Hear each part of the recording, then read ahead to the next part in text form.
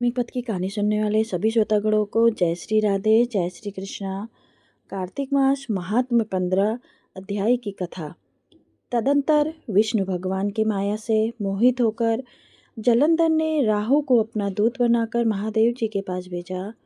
शुक्ल पक्ष के चंद्रमा की तरह शोभायमान कैलाश को राहु अपने शरीर की कालिमा से कृष्ण पक्ष की भांति काला करता हुआ कैलाश पर गया और द्वारपाल नंदीश्वर की आज्ञानुसार महादेव जी के पास जा उनकी भ्रिकुटी का संकेत पाकर राहु बोला, हे वृषध्वज, देवता और सर्पों के पूज्य तथा सकल रत्नों के स्वामी त्रिलोकीनाथ श्री महाराज जलंधर की आज्ञा सुनो। भयानक शमशान में निवास करने वाला, हड्डियों के भार को धारण करने वाला, हमेशा नंगा रहने वाला प्राणी पार्वती जैसी रूपवती को अपनी स्त्री कैसे बनाएगा।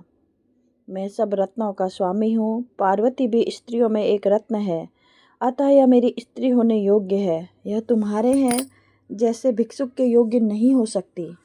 नारद जी ने कहा, राहु इस तरह कहकर ही रहा था कि इतने में शंकर जी के भ्रू से ब्रज के समान गरजता हुआ एक भयंकर पुरुष उत्पन्न हुआ, जिसका सिंह के समान बार बार मुख लपलपा रहा था, जिसके नेत्रों में भयानक अग्नि ज्वाला निकल रही थी और केश खड़े हो रहे थे।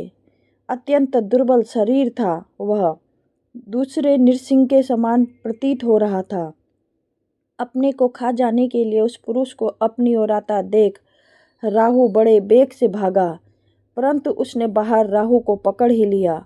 वह पुरुष जब राहु को पकड़ खाने के लिए उद्यत हुआ, तब उसे महादेव जी ने रोक दिया और कहा कि यह पराधीन दूत है, इसे ना मारो, छोड़ दो। ऐसी बातें सुनकर उसने राहु को आकाश में ही छोड़ दिया। राहु के छोड़ने के बाद वह पुरुष महादेव जी से प्रार्थना करने लगा। उक्त पुरुष ने कहा कि हे देवेश, हे प्रभु, मैं अतिशय भूखा प्यासा हूँ, मुझे भूख अत्यंत कष्ट दे रही है, आप आज्ञा दे मैं क्या खाऊं। शिवजी ने कहा, शीघ्र अपने हाथ पैर का मांस खाओ। नारद जी ने कहा, शिवजी की आज्ञा पाकर वह अपने हाथ पैर का मांस इस प्रकार खा गया कि उसको केवल सिर ही बच गया। उसका अवशेष सिर देखकर विस्मित और प्रसन्न होकर उस भयंकर कार्य करने वाले से शिवजी ने कहा, शंकर ने कहा, तुम्हारा नाम आज से कृतिमुख हुआ।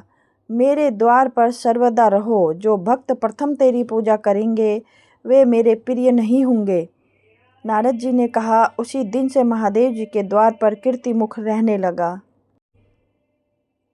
जय श्री हरि, जय श्री नारायण, राधे कृष्णा।